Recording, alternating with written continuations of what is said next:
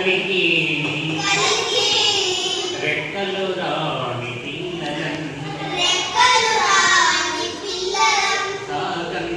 Sagan భూమిలో నుంచి మేకలకై పోతూ ఒక చెంత పెంటి ఒక చెంత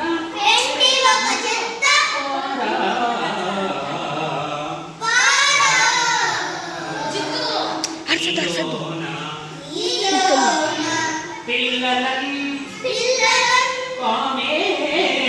గ్రహించునా